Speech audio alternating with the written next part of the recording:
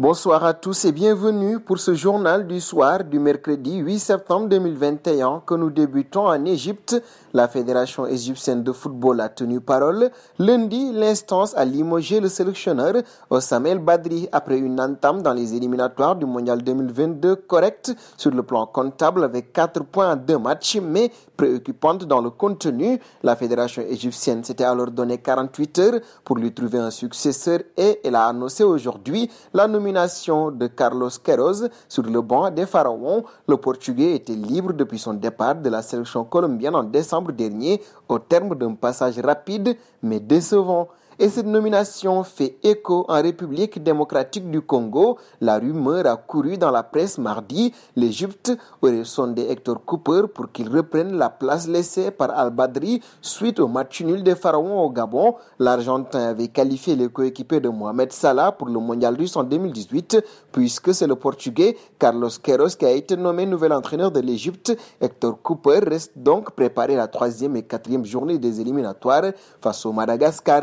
Et nous passons à Hakim Ziyech. Lors du dernier mercato, il faisait partie des joueurs qui disposaient d'un mot de sortie du côté de Chelsea, longtemps dans le viseur du Milan AC. L'international marocain est finalement resté chez les Blues en vue du marché des transferts hivernal. Le natif de Dronten devrait de nouveau être disponible pour un départ et ainsi, selon les informations du média Todo Fichajes, son nom circulerait encore du côté du Milan AC. Les dirigeants rossoneri envisageraient de revenir à la charge avec une proposition sous forme de près de 6 mois avec une option d'achat. Depuis le début de saison, le joueur est apparu à seulement 8 minutes en Premier League. Et nous faisons un passage en Espagne. Le Real de Madrid va enfin retrouver sa maison ce week-end, le mythique stade Santiago Bernabéu. Les travaux débutés en 2009 sont pratiquement terminés et les merengues vont pouvoir abandonner le terrain d'entraînement Alfredo Di Stefano, pouvant accueillir seulement 6 000 spectateurs grâce aux efforts miraculeux des ouvriers, comme le souligne Marca dans son édition du jour.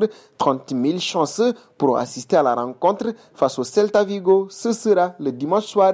Et parlant du Real de Madrid, son ancien capitaine fait l'actualité à Paris. Ici, il semble donc improbable que Sergio Ramos débute sa saison au sortir de la trêve internationale comme cela a été espéré à un moment donné. Selon le Parisien, il devrait manquer la réception de Clermont samedi, puis le début de la Ligue des Champions à Bruges dans la foulée. Il serait étonnant qu'il soit lancé lors du choc contre l'OL, alors une entame à Metz le 22 septembre, pas les plus probables. Ce qui est certain, on le savait au mois de sa signature, c'est que le PSG a récupéré un joueur qui a très peu joué ces derniers mois. Concrètement, Ramos n'a disputé que 4 rencontres lors de l'année 2021, une en janvier, 2 en mars avant de rechuter et un seul petit match en mai en Ligue des Champions avant de mettre un terme à sa saison et de renoncer à l'Euro 2020. Terminons avec Jérôme Boateng. La justice allemande doit rendre son verdict pour des blessures corporelles intentionnelles légères. L'accusation de blessures corporelles graves n'avait pas été retenue contre le joueur.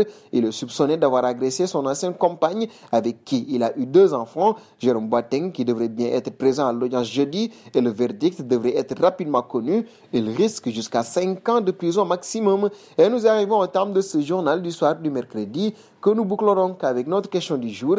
Quel serait le meilleur choix mercato pour Hakim Ziyech? Vos réponses seront attendues en commentaire.